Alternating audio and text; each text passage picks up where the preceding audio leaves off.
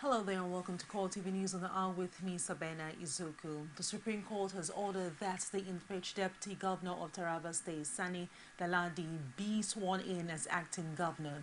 He is to replace Gaba Umar, who has been acting governor since the then governor, Namamba Sutai, was injured in the plane crash in 2012. Daladi, who was Sutai's first deputy, was impeached by the State House of Assembly about a month before the crash. But the April's court ruled that the impeachment panel set up by the House of Assembly to investigate allegations against him violated his rights to fair court. It's just over 2 years that Sani Daladi was impeached on grounds of gross misconduct, but now he's set to return to a higher office. The Supreme Court not only set aside his impeachment, it also ruled that the Taraba State High Court and the Appeal Court erred by not granting him fair hearing. So, beaming with smiles, he was clearly happy but not prepared to speak, at least for now. I can't say anything for now. It's for another time, please, not for now. Yeah, not for now. His lawyer was full of praises for the judiciary, while the other party nursed their wounds. Our reaction is very simple. That it was a terribly bitter experience, particularly at the tribunal. But we thank Almighty God that we have Supreme Court, and I've always said so in all my lectures, that without Supreme Court, politicians would have since destroyed this country. This is the only arm of the government that is protecting democracy. Clear. And when issue of fair hearing is raised, there is no shortcut to it. Everybody is to abide by the judgment of the court. It's well delivered. And now that the reinstated deputy governor is set to occupy a higher position, the lawyers have a slightly different position on the implication of the court ruling. The law is very simple. It means that one had never been a deputy governor or acting governor at all. And so all the salaries and everything has collected, all the contracts he has awarded are illegal. And the state must ensure that they are returned to the state. The court said he should be returned as deputy governor. Okay. Now there is a sitting governor, and you know how the governor got there. That is another dimension to the case. Until we get to the bridge, then we know how to cross it. But the judgment of the court is very, very clear. They said the man was wrongly removed and he should return as deputy governor. For now, allies of the man who was impeached a few weeks before the then governor Namamba Sutai had a plane crash can afford to celebrate. This is because he left office practically in disgrace, but is returning as acting governor. One of the leaders of Nigeria's leading opposition party, Bola Tinubu, says Jonathan administration is as much threat to the nation as Boko Haram. He insists that the president must take responsibility for the police invasion of the National Assembly, since the police operators would not have acted without his knowledge. The national leader of the All Progressive Congress said in a statement issued on Friday night that the police action shows that the presidency is prepared to elevate what he describes as narrow political interest above the fate of the nation. He wondered why the president meant would stop lawmakers from discussing the security situation in the northeast, and concluded that a state of emergency now exists in Abuja. The police high command says the All Progressive Congress plans to invade INEC and the presidential villa with hoodlums and political thugs. It also revealed that 7 suspects are in custody over a rowdy scene that took place at the National Assembly complex on Thursday. Speaking at the press briefing in Abuja, police spokesman Emmanuel Ojukwu insisted that the police action at the legislative complex was based on an intelligence report of an invasion similar to what happened when some people recently barricaded the force headquarters. We had Governor Rotimi Amechi say that if they don't win the 2015 elections, they will form a parallel government. We heard that. We also heard that they are storming the force headquarters was just the first step. That subsequently they will invade the INEC, National Assembly, and lastly, the presidential villa. So following that intelligence that followed from it, the police began to monitor the activities of these political actors. So it's a Thursday, the 20th of November. We had credible intelligence that there will be mayhem at the premises of National Assembly. And it is our duty to protect lives and property. And so the police mobilized to check entrance and exit for a National Assembly. Both chambers were cordoned and adequate police and logistics deployed to protect life and property. We all know National Assembly is a national asset. It's a national heritage. We won't allow hoodlums that tried to attack First Headquarters the day before to have access to such priceless edifice. Senate President David Marcus admitted that he was assaulted by a member of the House of Representatives when he attempted to intervene in the crisis that followed the police invasion of the National Assembly. He, however, said he had forgiven the lawmaker, who has since been identified as Abdul Malik Cheche, a PDP member of the Niger State. Mark added in a statement that both the Speaker of the House of Representatives, Aminu Tambuwal, and the Niger State Governor, Babangida Aliyu, had already pleaded with him on behalf of the lawmaker over his unruly behavior. He described his experience in the hands of the lawmakers as his prize and sacrifice for leadership, providing an insight into what transpired inside the lower chamber. Mark said his visit to the chamber was to ascertain the safety of Tambuwal and his colleagues, having received reports that the canister of tear gas were targeted at them. He insisted that his intention was to safeguard the sanctity of the hallowed chamber, as well as confer with the Speaker on the need to suspend plenary in both chambers in order to restore sanity to an environment that had turned restive and becoming uncontrollable. The People's Democratic Party is demanding a full inquiry into the circumstances surrounding the shutdown of legislative activities in the National Assembly. It wants Inspector General of Police Suleiman Abba to unravel the facts behind the chaotic scene within the next 72 hours. PDP spokesman Olisa Metu said in a statement that the matter should not be shrouded in controversy, sinister plots and mundane accusations because of the sanctity of the legislature. It, however, does not think police went beyond this bound by seeking to prevent a breach of security at the complex. The army authorities have denied claims that soldiers who died fighting Boko Haram insurgents are being buried in mass graves. Army spokesman Brigadier General Olajide Olayeleye told newsmen in Abuja that the allegations were meant to dent the image of the military and dampen the morale of troops. He insisted that soldiers who die in the line of duty are laid to rest with full military honors. Buried in mass graves. Well, I would like to say that it is absolutely not true. It is absolutely not true. The Nigerian Army has cemeteries all over the country. And not only does it have cemeteries all over the country, the Nigerian Army has laid down procedures. The Nigerian Army has laid down procedures for burying its own. There is no soldier that will be buried anywhere in this country whereby his or her next of kin will not be informed. It is not possible. The Nigerian Army does not bury soldiers unless the next of kin have been informed.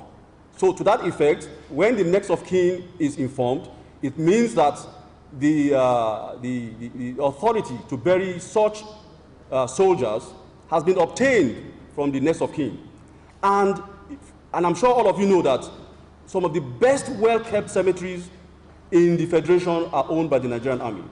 Therefore, the soldiers that have unfortunately paid the supreme price in our war against insurgency in the Northeast are buried with all respect, with all due military process and procedure. They are given the appropriate regimental burial. Nigeria's military says the exploits of hunters in the ongoing war against insurgency is being deliberately misrepresented to ridicule some soldiers in line of duty. It, however, warns that the hunters have been supporting the troops in the ongoing slaughter against Boko Haram. Defense headquarters said in a statement on its website that claims that hunters liberated some communities are part of the mischievous campaign to disparage the professional efforts at containing the terrorists, especially in Adamawa. It, however, noted that the result of the military efforts will soon manifest for the whole world to see. Meanwhile, CoreTV News has come across the celebrated head of local hunters in Gombe local government area of Adamawa State, Yakubu Ali. Ali led a team of local hunters that dislodged Boko Haram members from Mubi and Maiha local government area of Adamawa State, killing scores of the insurgents. The head of the hunters, who said he is not known to appear in public, says he decided to do so in order to deny news making rounds that he had been captured or killed by the insurgents.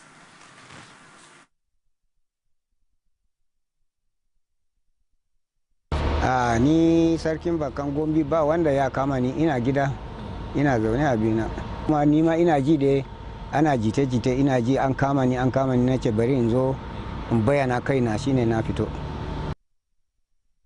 He added that all the local hunters under his command are safe and well and admonished the public to desist from spreading false information.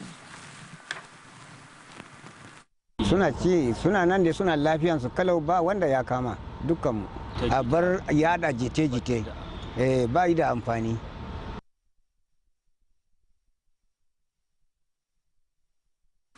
After the break, we bring you more stories. Do stay with us. There is an Ebola virus epidemic in some West African countries. The Nigerian government wants you to be aware and watch out against the spread of Ebola in your community. Help keep our country safe and watch out for severe cases of fever, headaches, diarrhea, chest and abdominal pain, sore throat, cough, red eyes and bleeding from the eyes, ears and nose, especially when these symptoms are found in persons coming into Nigeria from other West African countries. Protect yourself. Wash your hands regularly with soap and running water or use a hand sanitizer. Avoid contact with the blood, urine, feces or saliva of animals like bats, monkeys, gorillas, chimpanzees or infected persons. The Ebola virus is deadly. Don't catch it, don't spread it. This message is brought to you by the Federal Ministry of Information. Welcome back to the news. For more information, you can reach us on a social media platform on facebook.com/CoreTV News and on Twitter @CoreTV News NG. On our YouTube, youtube.com/CoreTV_space and then news. Special advisor to the Ekiti State Governor Ayodele Fayose on information and new media, Lere Olayinka, who visited CoreTV News on Friday, says APC lawmakers in the State House of Assembly are only raising a false alarm. He says the lawmakers have abandoned theirs and wondered why they now feel unsafe at the sight of the police. On June 21 this year, an election was conducted. Fayose won overwhelmingly, including the local government of the former governor, Fayemi. Fayemi could not win a single local government. After winning that election, what did the APC people do? They sponsored a court case against the governor, and they were seeking for an injunction restraining the Fayose from assuming office. When it became obvious that they were not going to get that court order in Ekiti, they went to Abuja. They filed a case using an unregistered political party, Young Democratic Party, seeking an injunction restraining the Chief Judge of Ekiti State, Justice Ayodele Daramola, from swearing in Fayose as a governor. When the Abuja one did not fly, they ran to Lagos to file a case, another case again, seeking the same injunction.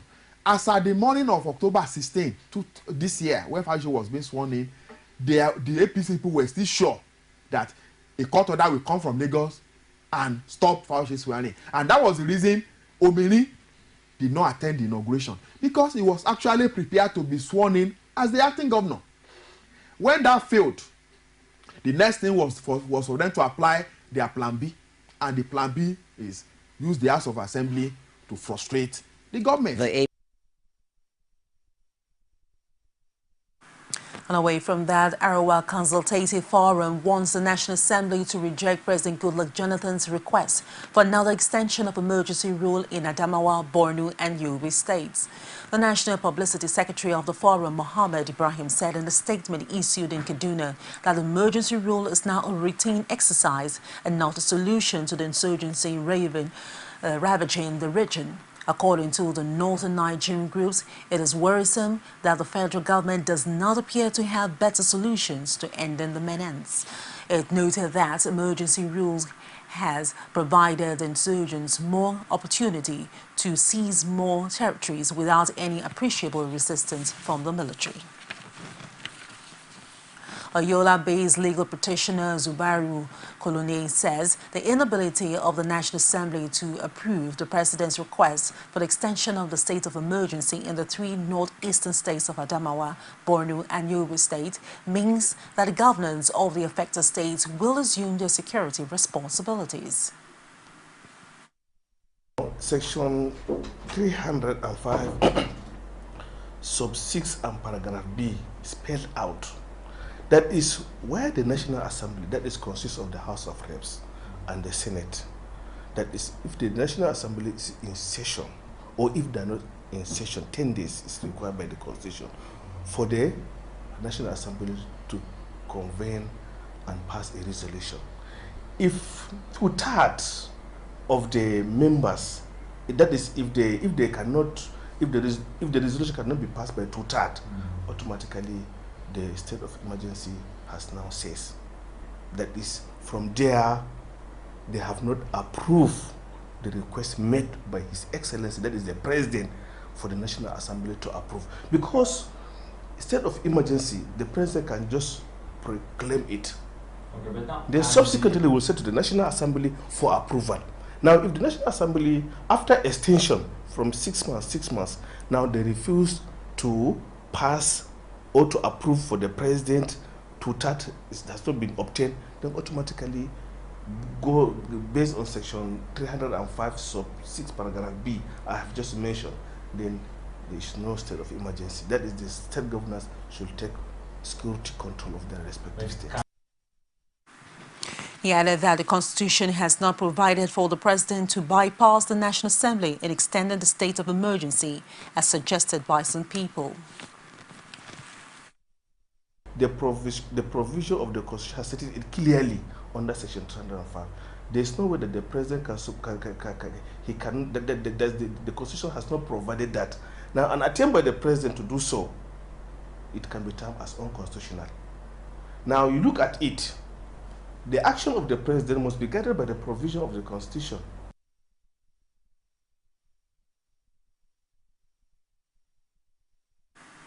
Bayelsa State Governor Seriake Dixon has dismissed suggestions of a feud with President Goodluck Jonathan over party affairs in the state. Speaking with State House correspondents on the sidelines of National Economic Council meeting in Abuja, the governor insisted that there is peace in the state.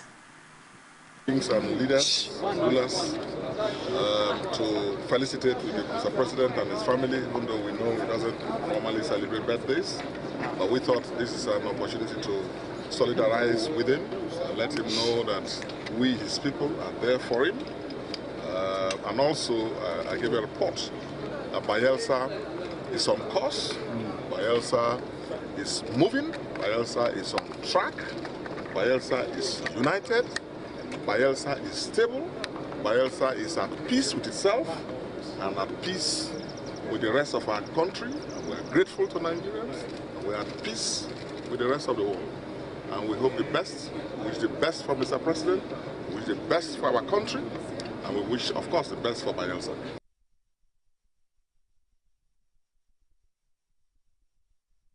The former Minister of State for Defense, Musiliu Obanikoro, has made his intentions known to govern Lagos State on the platform of the PDP. Obanikoro, who boasted of possessing the right qualification to lead the state, made a declaration on Friday at the Lagos PDP Secretariat. Oluwaseyi Adegoke has the details. I stand before you today to formally announce my interest in becoming the candidate of our party for the 2015 general governorship election. The People's Democratic Party Secretariat was agog as party faithful, families and friends of Musiliu Obanikoro joined him as he made his intention known to vie for the governorship of Lagos State, claiming his experience is a good platform to do a good job of leading the state. A state that I have had the singular opportunity to serve as a director, as a chairman of a local government, as a commissioner, as a senator, as a and I've equally enjoyed real privilege of serving this great country of ours as a minister, as a chairman of a board, Nigeria Industrial Trust Fund, and as an ambassador of our great country to the Republic of Ghana. This array of exposures and experiences has come with a price that only a man who has passion for service can continue to endure and continue to challenge himself to do more. Obanikoro says, contrary to some people's opinion, he is a man of peace. Some people have said so many things about me, negative ones indeed. Some have said Koro is a thug. Koro is a promoter of violence. I'm not any of this. I cannot be a thug. I'm a father who have raised children who have also right now distinguished themselves in what they are doing. A thug doesn't do that. Chairman of the party, Tunji Shele, says all aspirants under the party will be given a level playing field to make a change in Lagos. I want to say that he is eminently qualified. He has the profile, he has the pedigree, and I've assured him that we shall give every aspirant a level playing ground. A lot has happened in the last 16 years of APC governance in Lagos State. PDP is the alternative. As the 2015 general elections draw closer, the people of Lagos are eager to know who will eventually occupy the Lagos House come 2015. Oluwaseyi Adegoke, CoreTV News, Lagos.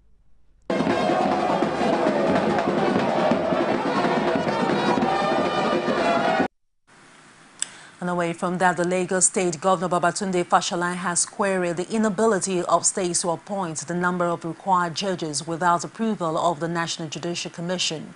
Fashola stated this at the swearing-in of 4 newly appointed judges of the State High Court. Abiola Oluwole's report is presented from our studio.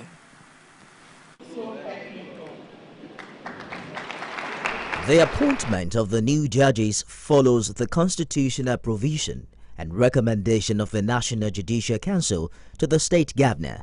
Speaking after the swearing-in of the 4 judges, Fashola charged them to shun any act capable of bringing their office to disrepute.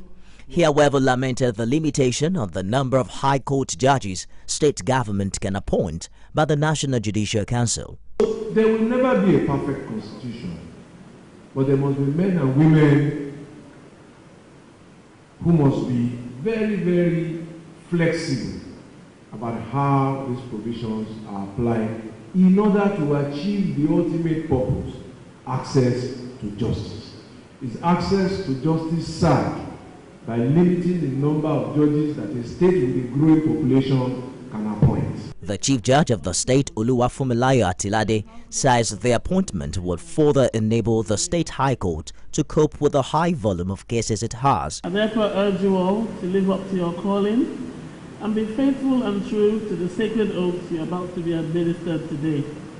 As you be made accountable, should your conduct or reputation fall short of what is expected of such a high office.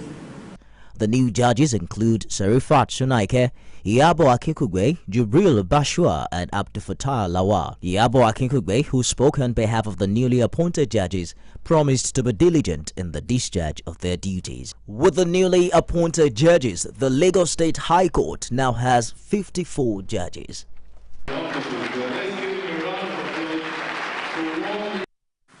And that's it on the news on the hour. I will see you at the top of the hour for more. I am Sabena Izoku, and thank you very much indeed for watching.